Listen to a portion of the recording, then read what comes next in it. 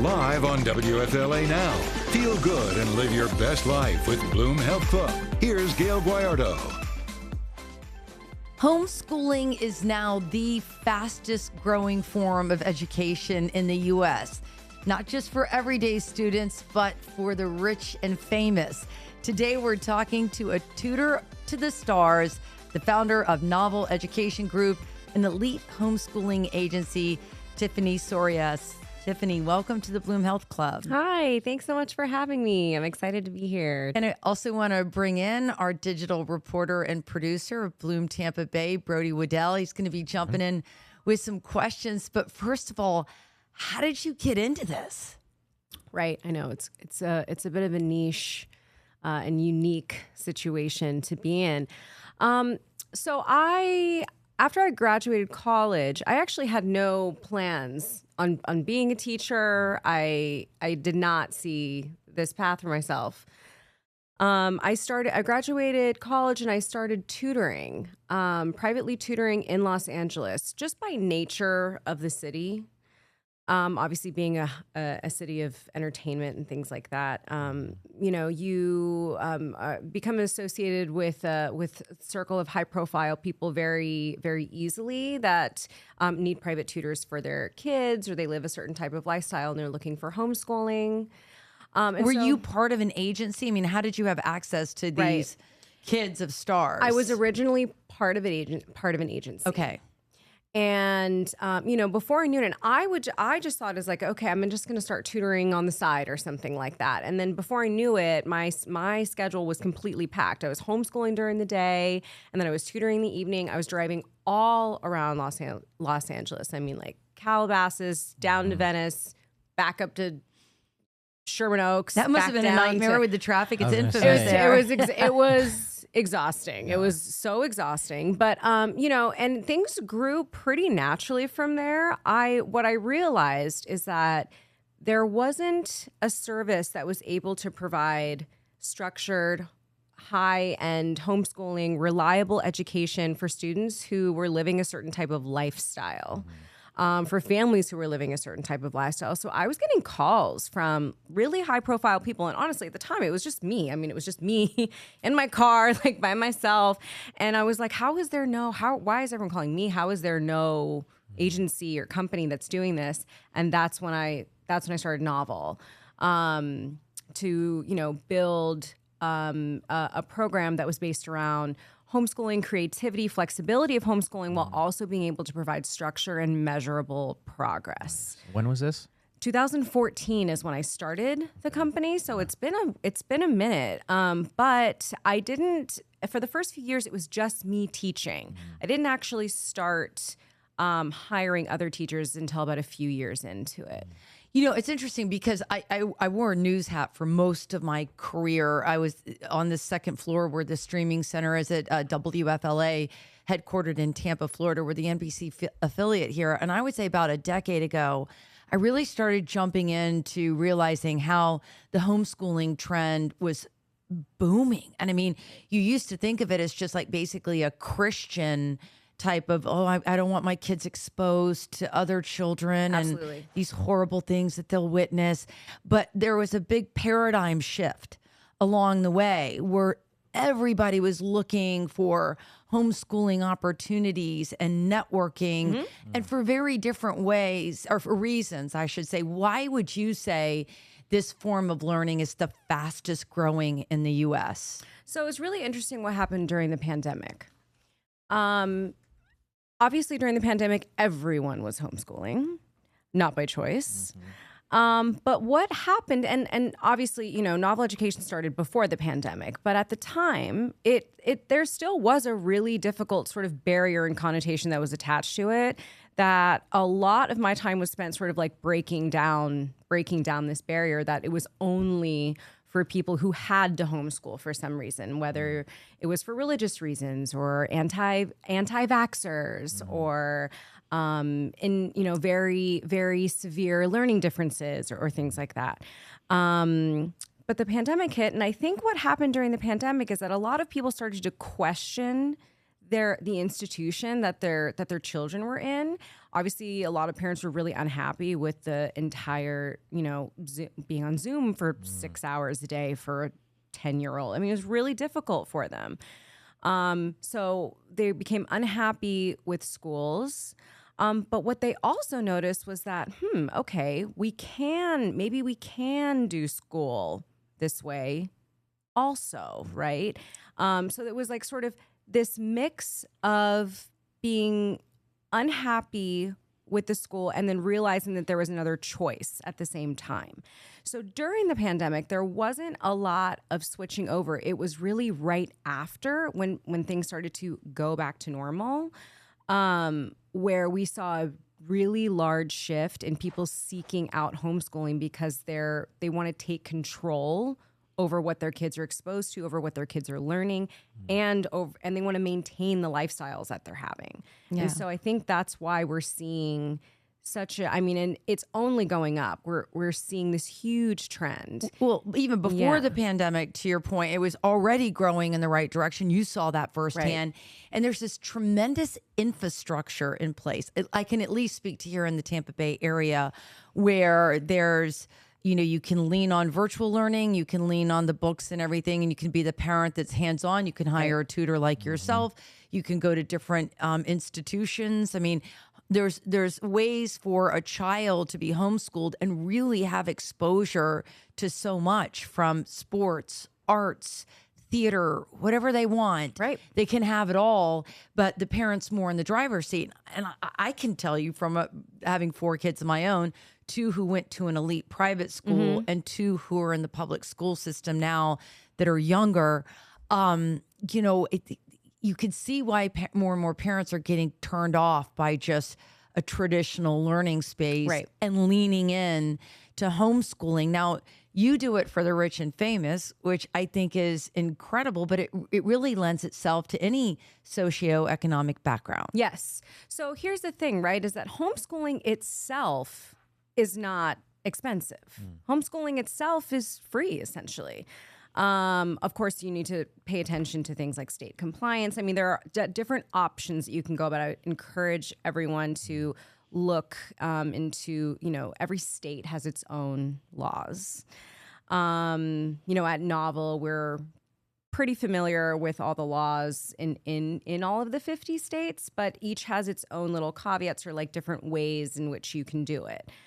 So I think, what's important is to pay attention to how you can implement homeschooling in the way in which you want to do it.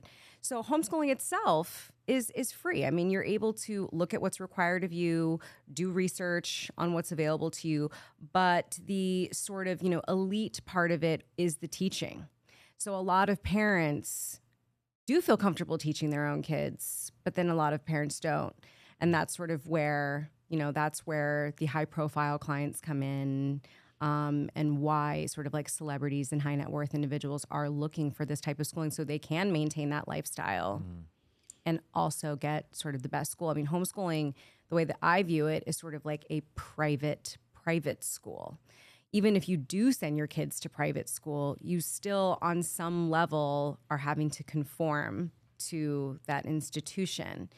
And homeschool is a way to really get that private education while still having flexibility, creativity, and fostering, a child's like sense of independence. Does the child, though, I mean, because I know I can only speak to the everyday families that are homeschooling here in the Tampa Bay area, because that's all I've ever had exposure to. But there are opportunities for these kids to be around other like-minded children and to participate in activities together. For some of the more high-profile, rich and famous people that you work with, how do their kids become social? I mean, I know part of it's having your kid be able to go places and travel with you and have these experiences, but are they with other kids? Yeah. So, a lot of the high-profile families, I think you can probably imagine, have quite a few resources available to them. Honestly, the typical experience that they have in school is, I would say, less appealing. For them, missing out on a Friday night football game or a prom is really not that big of a deal. They are, a lot of these kids are flying to Paris on a Friday and instead of going to a football game, or they're, they really have these opportunities that are available to them, and the opportunities can all be looked at as learning experiences, whether that's travel, whether that's meeting an idol that they've looked up to, attending events and things like that. I mean, these are things that are also learning experiences. And a lot of the parents view that as opportunities. So for them, that's their way of socializing. That is their way of getting out there in the world. And staying in one place for 10 months and being sort of confined to a classroom is in these families' minds maybe not the best way to get the type of education that will apply to their lives when they're older, which is probably going to be different than a typical I was gonna ask, do they even grow up and get like regular jobs, or is it just like more learning to fit in the lifestyle? I think that that's a decision that they make for themselves. It's it does start at quite a young age. I do think that a lot of kids, a lot of students that depending on what their parents do, tend to definitely be more creative. Yeah. There's like I just want to, I guess, emphasize the whole idea of independent thinking. I mean, they're very independent people, and the idea of having to do something when they don't feel like it's going to benefit their life is stronger with students of high profile families. But rather what we would like to do is foster that is like, how do we channel that into something that's going to be impactful? Yeah. And that's really like the learning part, is giving them purpose and helping them find their purpose, and like this whole world of opportunity that's available to them. Yeah.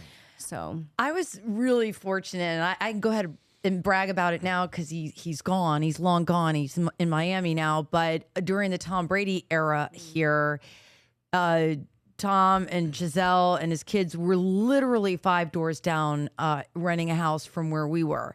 And, his kids, he was very open about it. It's no secret. They had homeschooling. He actually bought a smaller house in the same neighborhood where his team of people would live, their educators, and where the kids would go outside of the home they were living in to go and learn. And, I had several run-ins with his little daughter, Vivi, in the neighborhood. She'd be riding her bike. She seemed to live a very normal life for a child. She'd come around, knock on the door, selling cookies. Of course, they were cacao and all like healthy cookies. And, the lemonade that she served alongside of it was with agave. And it was like all this. The nanny that was with her would explain to me what I was buying. I'm like, look, I'm buying stuff from Tom Brady's kid. I'm going to buy, whatever it is. But it was, it's going to be good. It's going to be good, and it's going to be good for you. Yeah, exactly. And it was amazing. But I just remember this child, and she was so precious, and she was so engaging, and she seemed not bratty and not aloof. She just seemed like an everyday kid. And she made they made play dates with other students in the neighborhood that weren't homeschooled. And they really went out of their way to give them this homeschooling experience, but also this like normal child. I'm not a spoiled brat. Right. She was just such a cute, yummy, sweet soul. Yeah, I think it's important to note, too, that kids are kids at the end of the day. They still, it doesn't matter how many opportunities are available to you. And also, let's sort of like get, homeschool is not like a do whatever you want situation. It's not like a, okay, cool, run off and do whatever, and then suddenly you're homeschooled.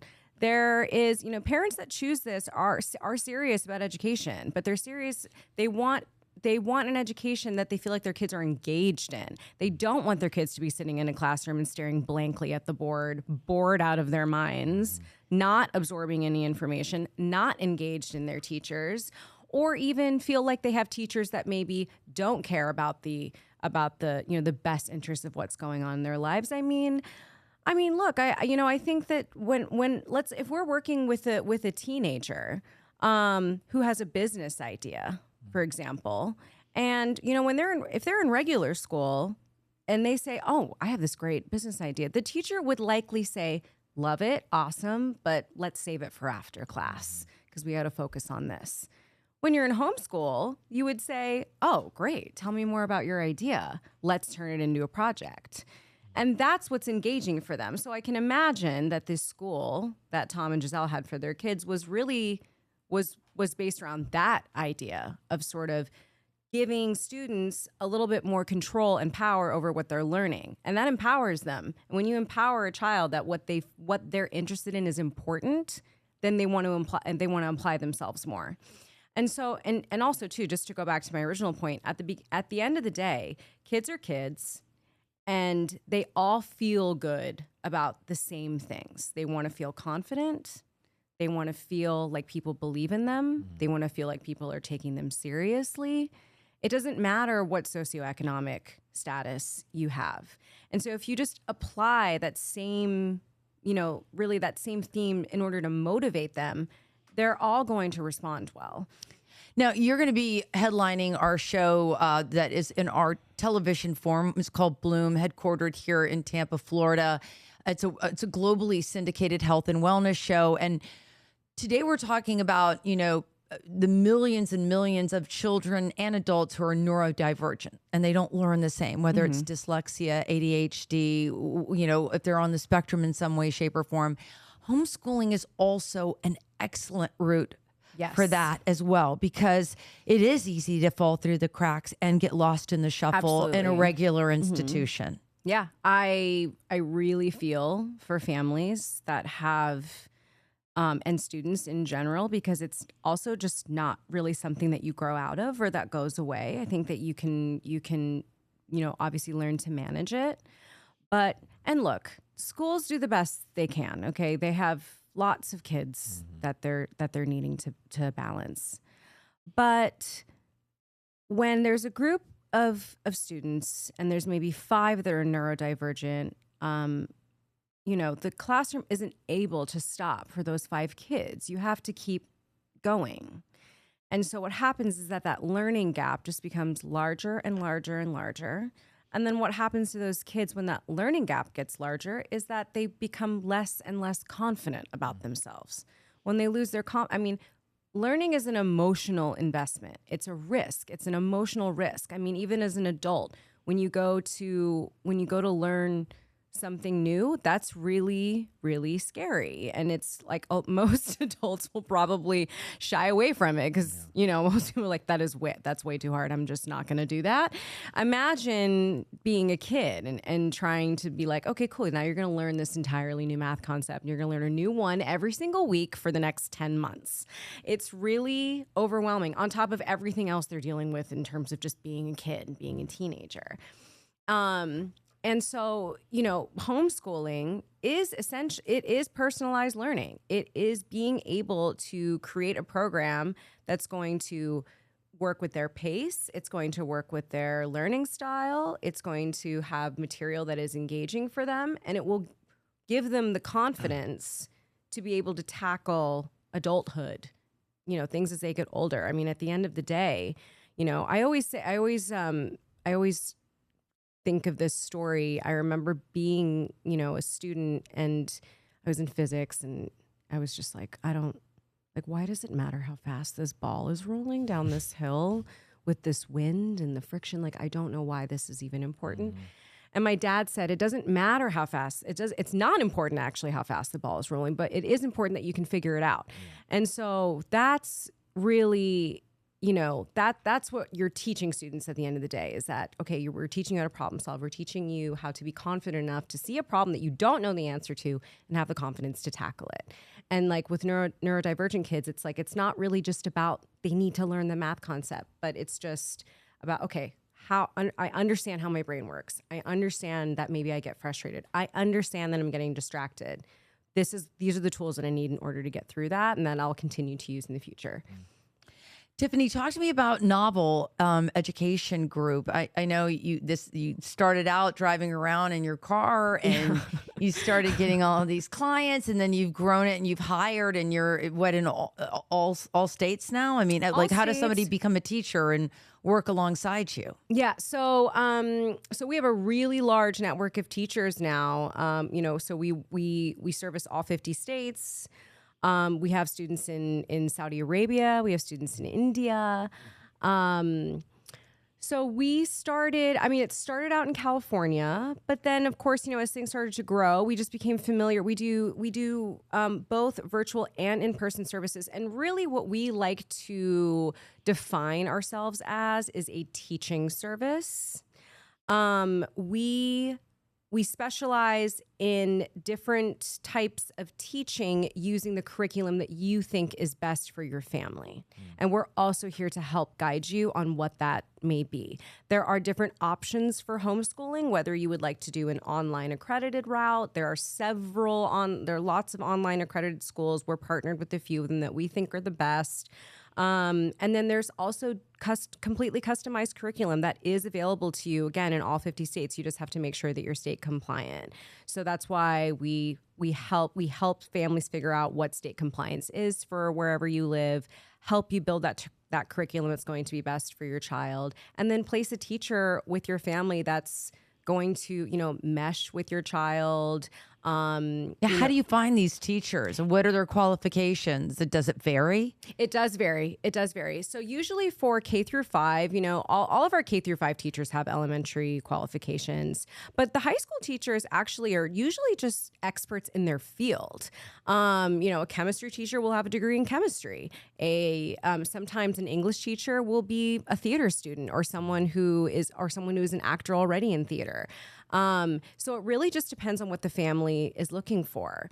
But we really have a wide range of teachers that are available for students who are advanced, for students who have, neurodivergent, for students who are looking for just a different type of schooling experience. But basically, we send out to families a comprehensive questionnaire which asks questions that a typical school wouldn't ask, such as what type of learner is your child? What are their interests outside of school? Is your child running around and playing with other kids most of the time, or are they sitting inside by themselves and playing by themselves?